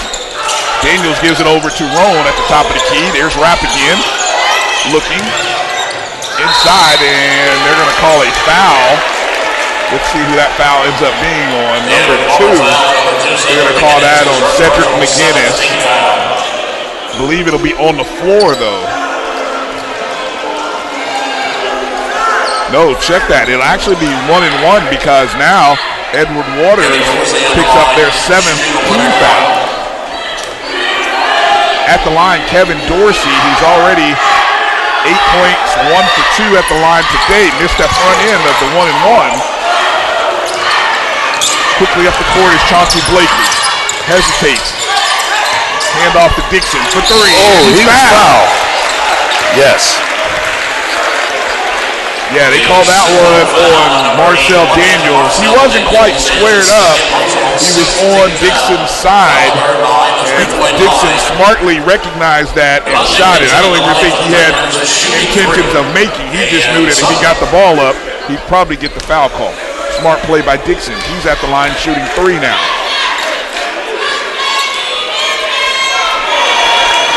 Dixon with 8 points at this point. He's 2 of 5 now in the contest at the free throw line.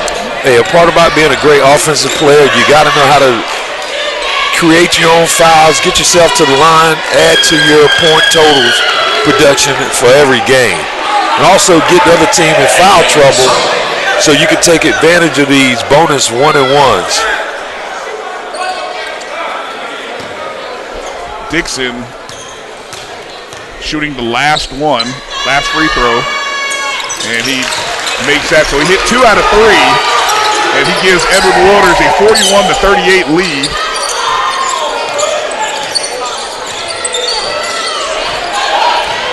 Kevin Dorsey with the ball, being guarded by Blakely, gives it over to Roan, Joshua Roan. There's Daniels again. He pulls for 3, rims in and out. Rebound by Morgan. Here come the Tigers. Across half court is Blakely. Blakely to the right side, Oakley. Oakley quickly inside to Morgan. Morgan trying to hold on to the ball. Oh, they're going to call a foul. Wow. Oh. And Morgan was having a tough time trying to even gather himself because he was so far underneath the basket. And I mean, that was a great bailout call in favor of EWC. I can't argue that because you're not really sure why would Marcel even put himself in that situation to commit that foul. But he comes off the floor with his 3rd foul. And now Rashad Morgan shooting his first free throw attempt of the ball game. Makes that one, so he'll get another.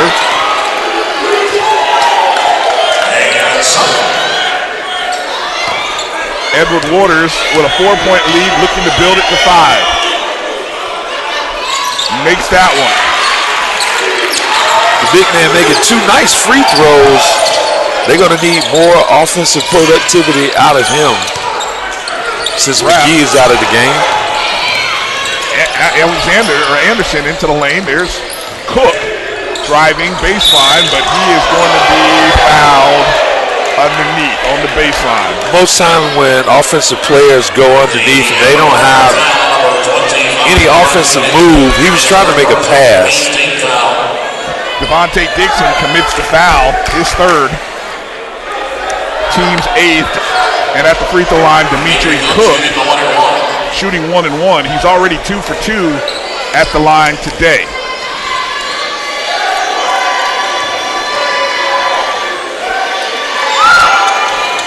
And that one softly rolls off the rim. Rebound secured by Blakely. Suno had been shooting very well in the first half, but I don't think they've, definitely they have not equaled the success in the second half. Blakely looking, here it comes, he's being guarded tightly by Dorsey. Dorsey, let's see what they call.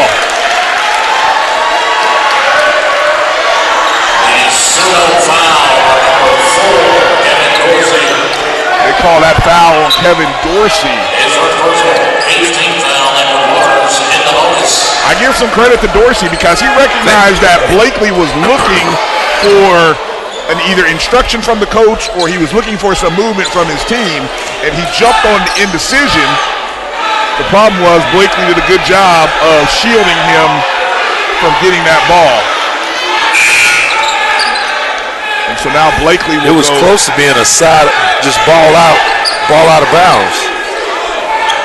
Well, that was it was a 50-50 ball, so. Exactly. I didn't think it was going to be a foul call. I agree. I thought it would have been out of bounds and just would have gone to somebody.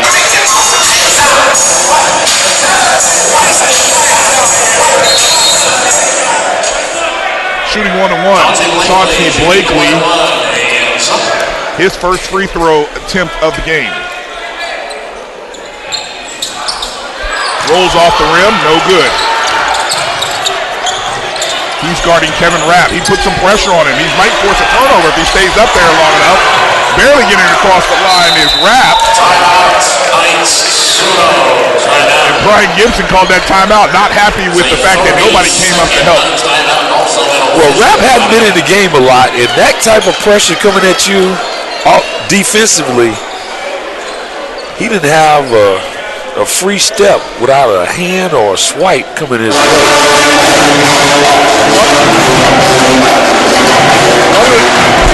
I'm not really sure you can hear me over there. One of the things I was going to bring up at this point in the ball game is the free throw shooting.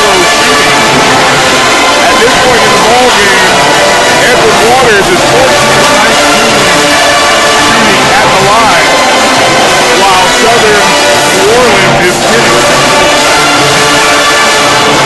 And this is going to be important coming down the stretch about who can get to the free throw line, as well as if you can try to get your opponents in more foul trouble to try to level out this playing field, because EWC without one of their components, so you want to look and see if you got Dixon,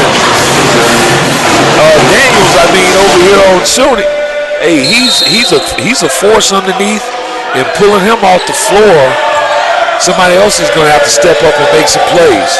Those numbers average out to 73.68% for Edward Waters, 62.5% for Suno. Driving baseline, going to the rim and getting that one to fall is Chris Mark, who checked in during that timeout. Oh, that was a nice drive. And Morgan went up to contest it. Mark has 4 points. Blakely being guarded by Anderson up top in the hands of Chris Oakley, guarded by Mark. McGinnis rolls off the screen into the lane, pull-up jump shot, and bounces around and in. Cedric McGinnis keeps the lead at 5 for Edward Waters, coming up on 11 minutes.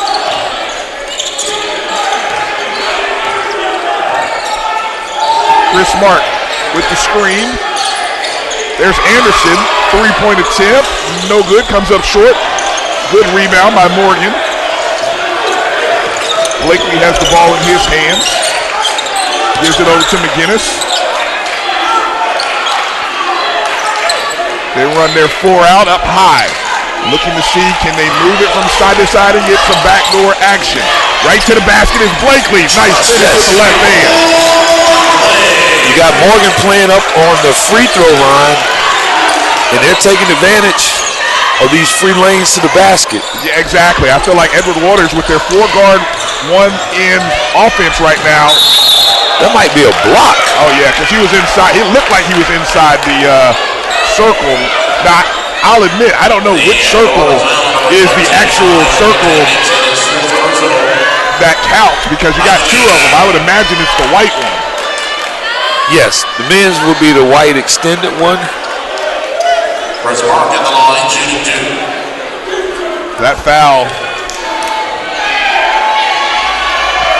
sends Chris Mark to the free throw line. He's 2 of 3 today at the line.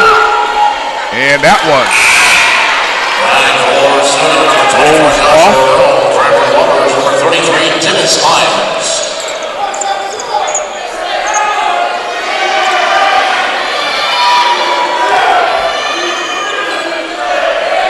Dennis Miles checks back into the ball game for Devontae Dixon. Here's Chris Marks shooting his second free throw. That one is good.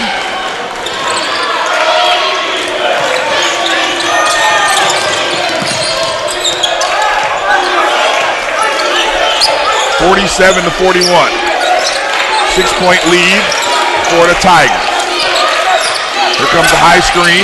Blakely uses it. There's Miles. He pulls up three-pointer. No good. Morgan, he was actually held. You could see easily his right hand was being held by number 2, Dimitri Cook. The pseudo foul on number 2, Dimitri Cook. That's his 4th personal. 9th team foul. Number Waters in the bonus. That's his 4th.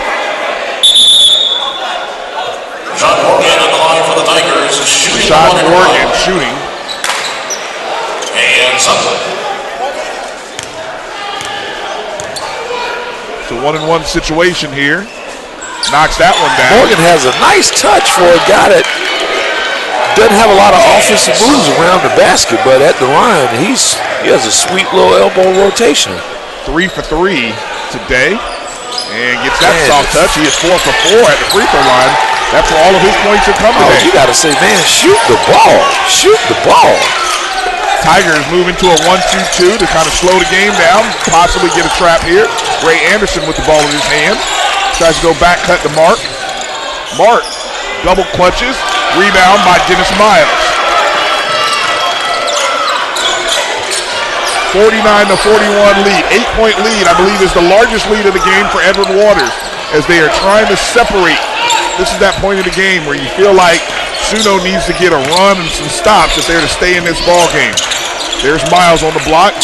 Unable to get it to him. Oakley does, though, and there's a early foul before Miles even took off. Let's see what they call here. I think that looks like Ray Anderson. Ray Anderson, his second personal 10th team foul. Edward Waters. Well, double bonus. Double bonus now, and we've noted how well Edward Waters is shooting at the free throw line in this ball game. They're shooting 76%.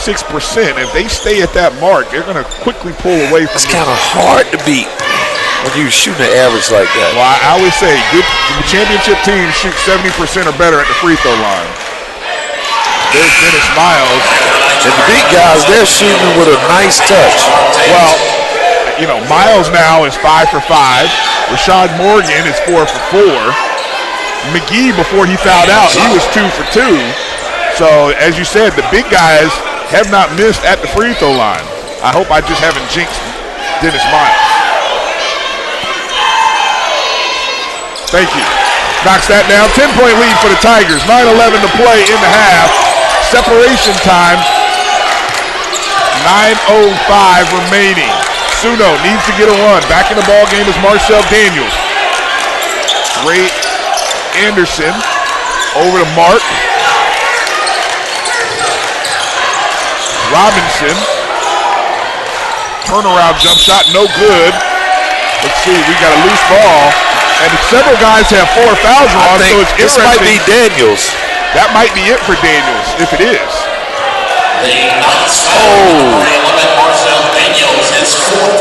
Correction, that's his 4th now. Yes. So as we go through the foul situation for Suno, and I want to say all of Daniels' fouls are just really just playing hard basketball. Yeah. Dimitri Cook has 4. Daniels now has 4. Daryl Jacob, who's on the bench, has 4. Garen Tate, number 15, he has 4. Correction, that's Alfred Robinson who has 4.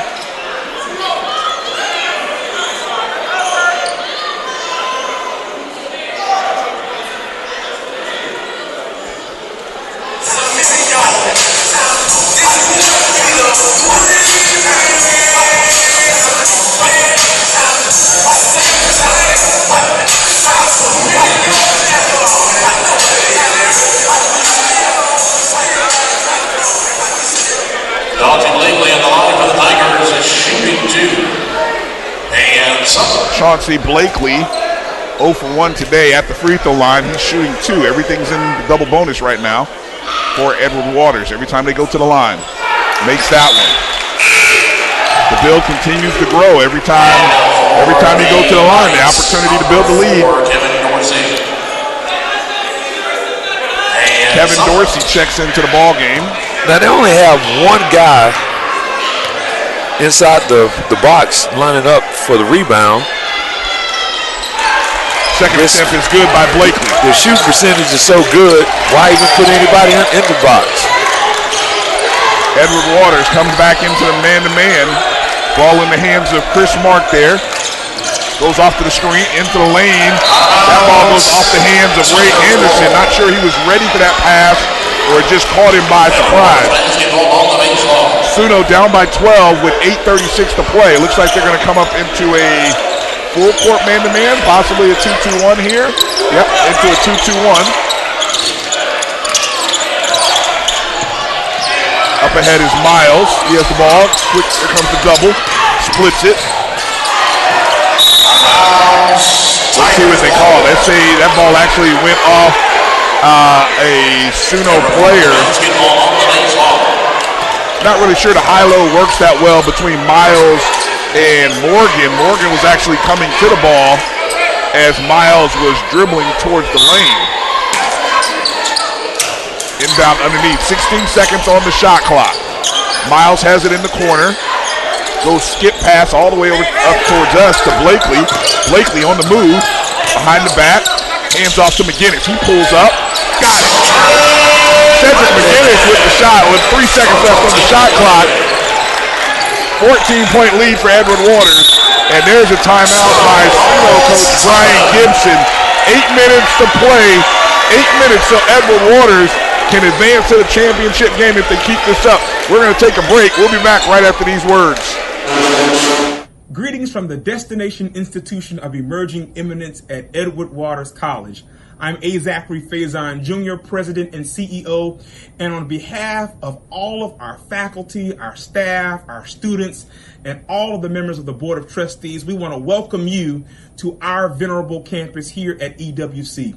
We certainly are delighted to be the host for the 2019 Gulf Coast Athletic Conference Basketball Tournament, and we hope you have an enjoyable tournament experience and really have an opportunity to engage in all of the offerings of our beautiful First Coast city here in Jacksonville. Have a great tournament experience and welcome to Edward Waters College.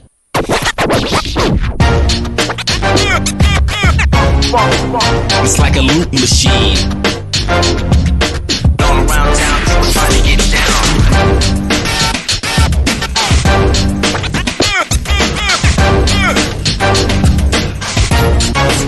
It's like a loop machine.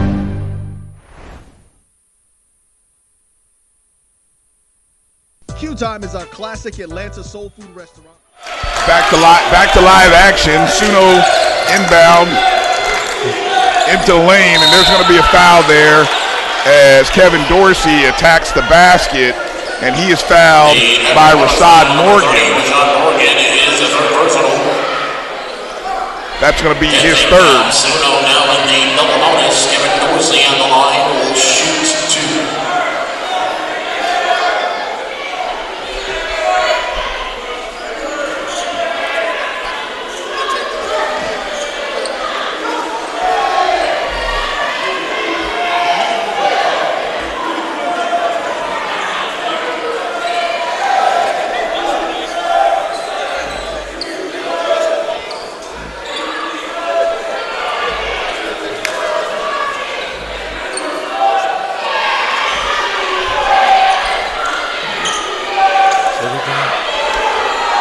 At the line, shooting number 4, Kevin Dorsey.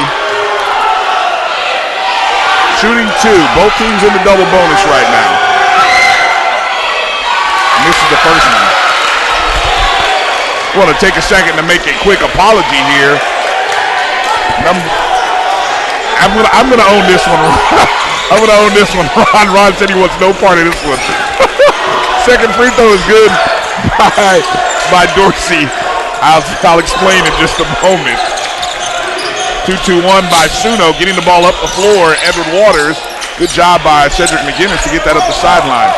Chauncey Blakely with the ball in his hand. He's guarded by Dorsey. Over to Oakley, Chris Oakley. 7 seconds, 6 seconds, 5 seconds on the shot clock. Looking. Oh! It's a little bump. The pseudo foul on number 3. Chris Mark. And with so few seconds left on the shot clock, it's a bad foul. All right, so Ron. The referee just told one of the guys no talking. Well, yeah, they're not allowing that. Yeah, they've already early in the game. They've already established that they're not allowing any talking. So at the line right now is Chris Oakley. He'll shoot 2.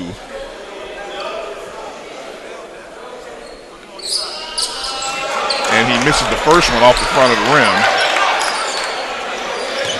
I want to make a quick apology to number 15, Garen Tate. I had a different name in my roster sheet in the program. I'd been calling him Alfred Robinson since the beginning of the ball game. And apologize to the mom and the grandma. Apologize to the Tate family. Exactly. Because in our stat sheet says Tate, Garen Tate. So that is who number 15 for Suno is. Nice finish by Kevin Dorsey. And Dorsey has 11 points now. I imagine for Edward Waters, use as much of the shot clock as you can on every possession. No rush shots, not needed. You're up by 12. Inside to Miles. 5 seconds. He turns and face. Guarded by Anderson. Finds Chris Oakley. He has to shoot. No. Did they get that off? I don't think they got that shot off. I think Coach Summers pleading with Chris Oakley to shoot the ball because he had an open look. But I think when you work that much clock, if you're only able to get a 3-point shot, is that really the kind of possession that you wanted? Dimitri Cook with the ball. We had a substitution during that dead ball. There's Cook into the lane, and he's Rashad Morgan attempted to block, but I believe Morgan went up and came down before Cook did and got hung in the air. Anyway, his hands were leaning anyway, so they end up calling that on him. And missing that free throw right there, Dimitri Cook. So that ends up being Morgan's 3rd personal foul. Cook missing his first free throw of the ball game. Makes the second one though. Cuts the deficit to 11 now. 6:20 remaining in the game. Be interested to see how the pace works either for or against Edward Waters right now. Cedric McGinnis with the ball in his hands. 10 seconds on the clock. Looking, goes in the corner to Oakley. Down low to Dennis Miles. Miles tried to dish it off to Morgan. It's stolen away. Up the floor it is Clip. Defense, nicely played. There's a 3-point shot attempt by Tate. Rebound by Morgan. And he's going to be fouled by Anderson, who just wouldn't let that one go. Sometimes you got to know when to walk away in a game like this and you're down. And making a foul, you know the exact feet all the way down to the other end of the basket. That was an unnecessary foul. And the way that Rashad Morgan has been shooting, is that necessarily a good foul? He's 4 for 4 so far.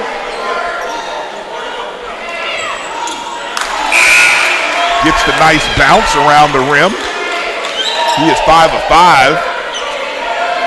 5 points in the ball game. All points coming at the free throw line. 5:49 remaining in the contest. 57-45 lead for the Tigers. Hosting the 37th annual GCAC Basketball Championship.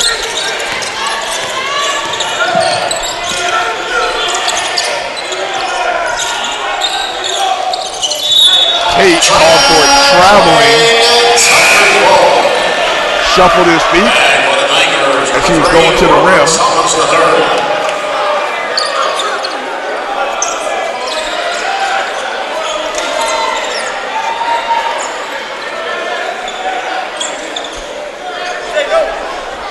Tigers ball on the southern line.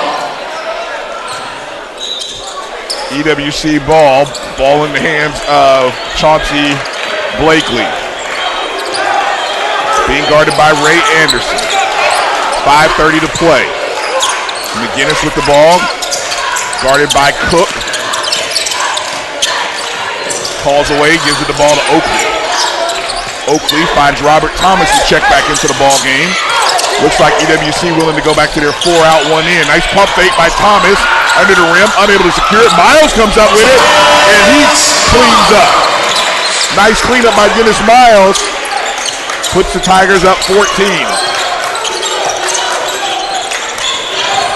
Up the floor comes Suno. Tate with the ball. Stop, pull-up jump shot, no good. Could have been an over the back, but it wasn't called. Ball's on the floor. Let's see what they call. Possession to Suno. They call jump ball, possession to Suno.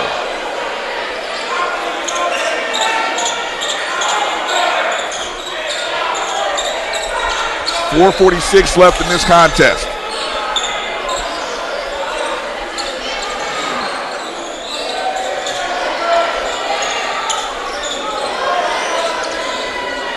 Leading scorers in this ball game for Edward Waters, Dennis Miles with 14, Devontae Dixon with 10, Cedric McGinnis with 10. For Suno, it's Kevin Dorsey leading them with 11.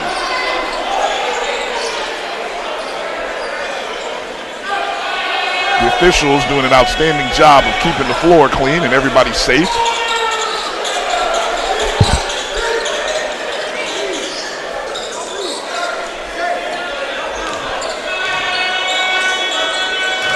Inbound underneath, Marcel Daniels over to Cook in the corner now. Drives baseline, tries to give it to Anderson, and it's going to go out of bounds. Oh, big turnover. Not really sure where Cook wanted to go or where he was going. Cedric McGinnis with the ball in his hand, gives it over to Chauncey Blakely. EWC in a 4-guard offense with Dennis Miles as the 1-in. So expect a lot of movement, a lot of usage of the shot clock. Already down to 10. Here comes Blakely into the lane, in the corner. McGinnis for 3. Counted!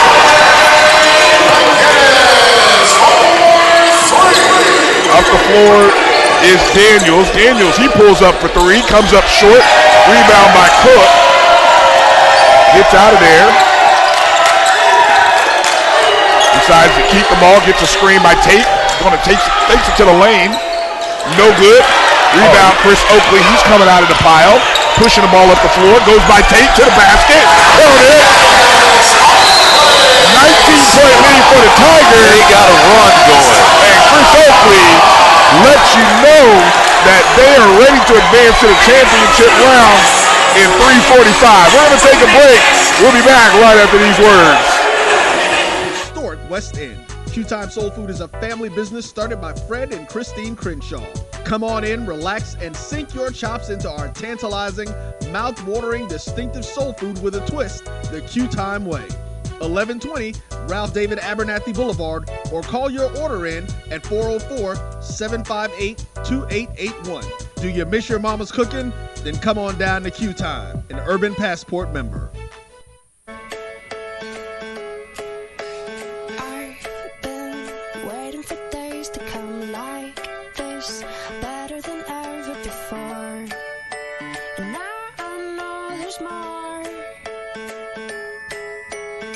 Wherever you've been, whatever you've been through, we have a warm welcome waiting for you at more than 325 hotels around the world. Book today at DoubleTree.com. DoubleTree by Hilton, where the little things mean everything. Back to live action here. Our men's semifinal contest, the first one of the day.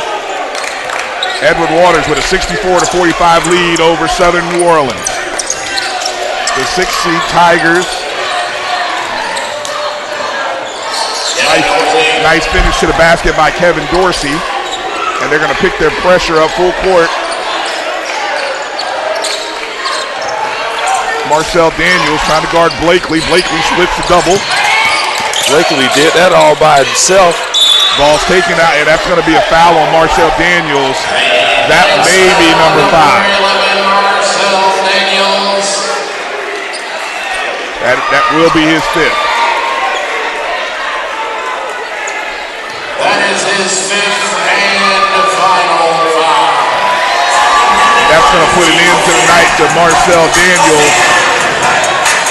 Marcel Daniels, final stat line, 5 points tonight, 1 of 6 from the field, 0 for 3 from behind the arc.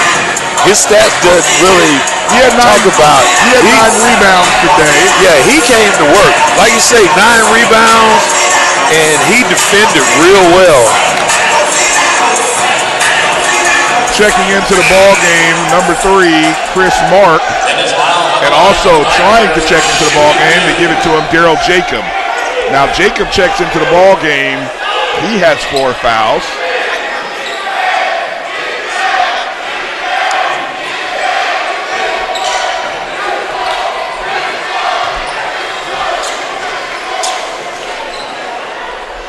Suno has 4 people in the lane while this free throw is being attempted.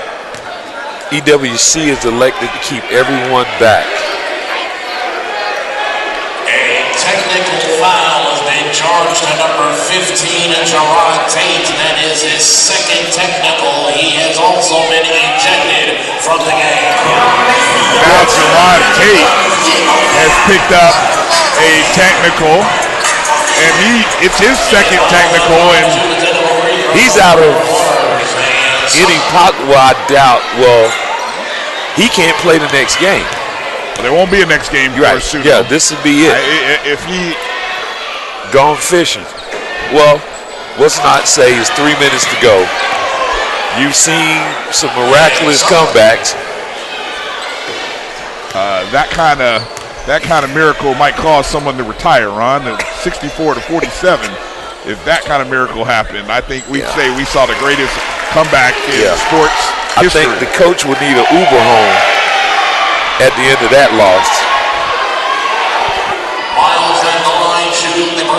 Tate is a senior, so that will be an unfortunate end to his playing career. Would you put someone down in the box just in case a long rebound comes off the front of the rim? At this point, you don't want any dumb fouls. You don't want any fouls. Well, just stay back. Rebound, And look, make your free throws. Hey, they're making free throws.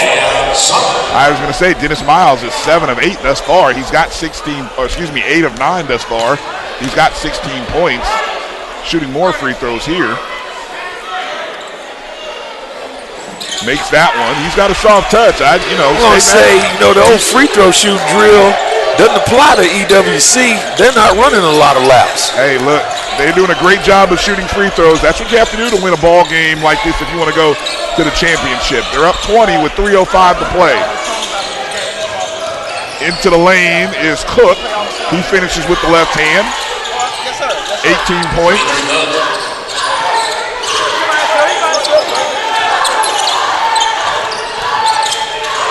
Thomas up ahead to Miles. Miles skips over to Blakely. They're going to use up as much of the play clock. Blakely, here comes a quick double, trying to get rid of the ball. Robert Thomas, 10 seconds on the play clock. There's McGinnis. He steps out of bounds.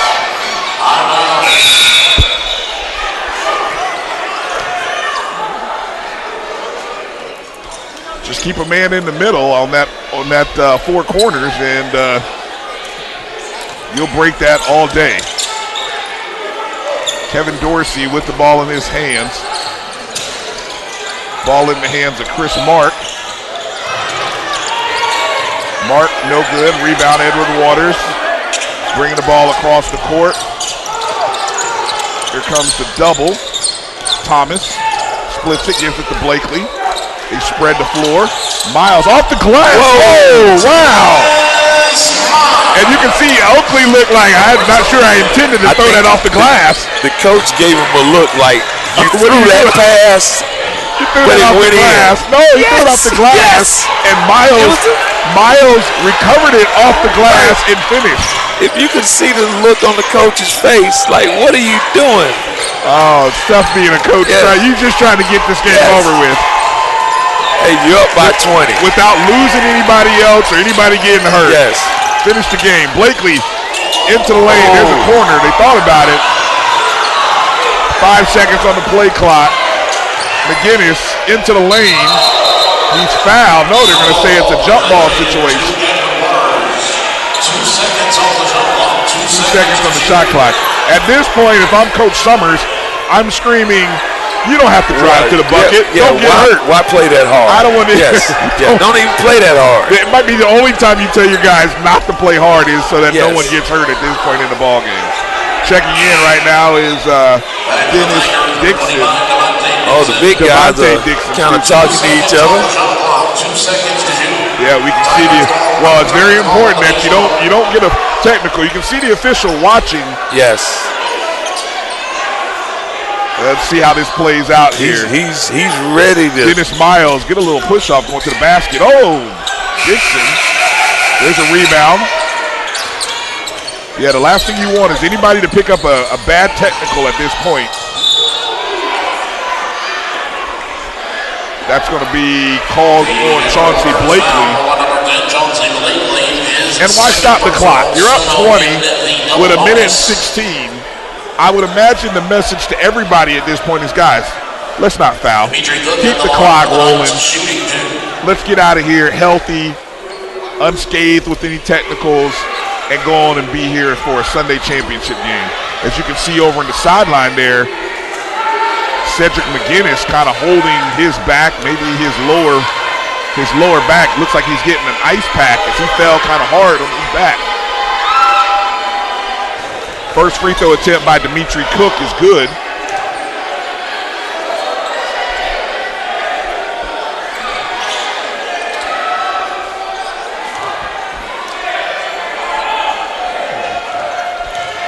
Looks like he's going to put that on his lower back.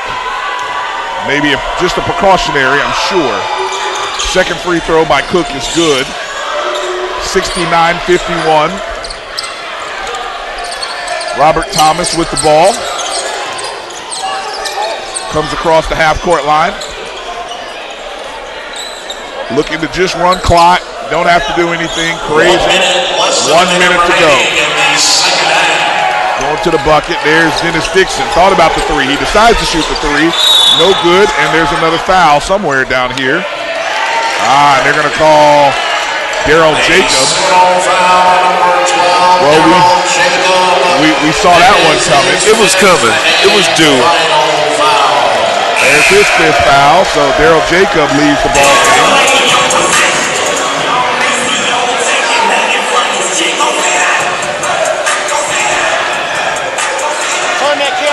Dennis Miles on the line for the Tigers is shooting 2. And Summers. Which one of y'all want to interview Summers?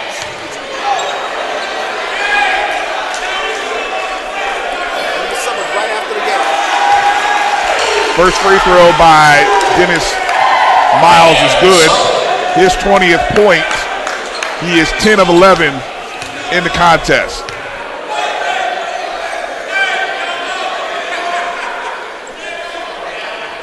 Miles knocks the second one down. 20-point lead. 3-point attempt. Bounces around, no good. Oh, and over the back call there on Dennis Miles. Tiger foul number 33, Dennis Miles, his third personal. At the free throw line, Joshua Roan. Joshua Roan at the line, shooting 2. Do that.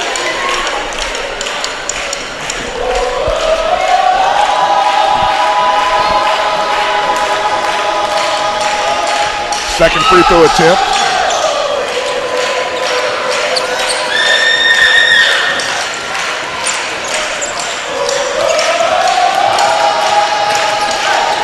Final 30 seconds left. Ball in the hands of Chauncey Blakely here. He looks to dribble it out. 25 seconds on the clock. 10 seconds. Here comes the shot attempt. Ball is stolen by Ray Anderson. Let him go.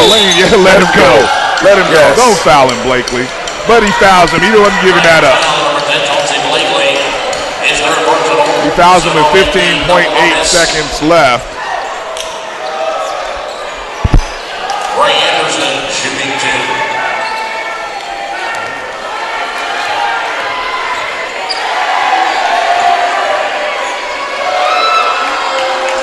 Free throw is good by Ray Anderson.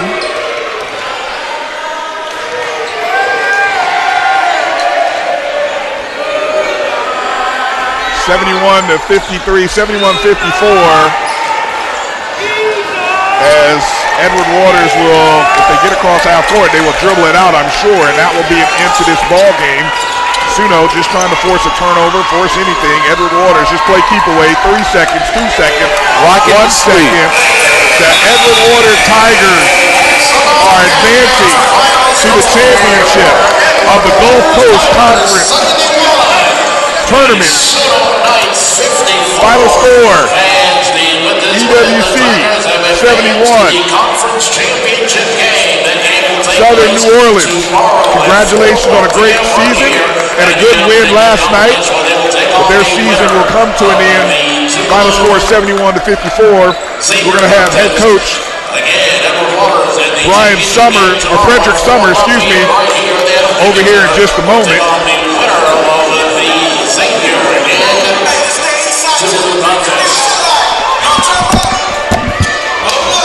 For Ron Mitchell, and I'm Brian Fulford. We're going to go to a post-game conversation real quick with Coach Summers.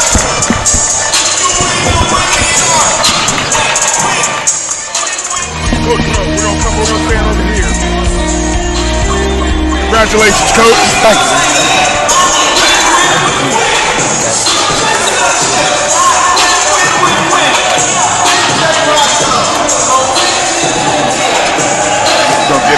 Get ourselves ready here in a second here.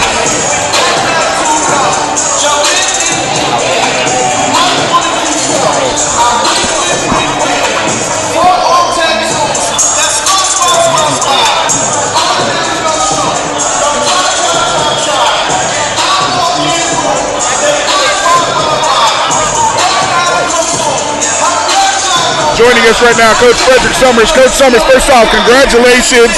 First season, your team is advancing to the conference tournament. Tell me your thoughts right now on just this tournament, but this game coming back after last night's big win. Man, I'm just elated for those guys, man. Those kids worked hard. You know, we faced a lot of adversity all season long, and for them to stay as resilient as they have and to win that ball game, man, it means the world to me. Talk about how tough it is playing an opponent a third time. You've obviously... It's always tough to beat a team 3 times. But like I said, those guys stay resilient. They stuck with the game plan, and here we are getting ready to play in the championship game on Sunday. You got some big contributions from your guys off the bench. Of course, after McGee ends up with the technicals and gets ejected. What was the message at that point in the game? Because it was still a close ball game at that, but your team didn't let that situation rattle them.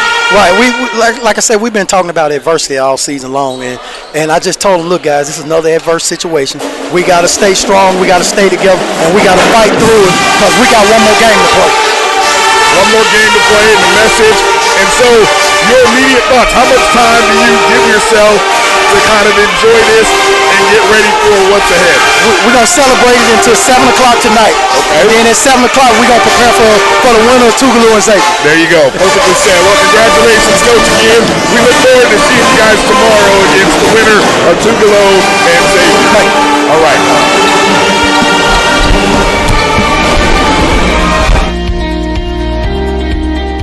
When it comes to collegiate athletics associations, how do you know which is the best fit for your institution?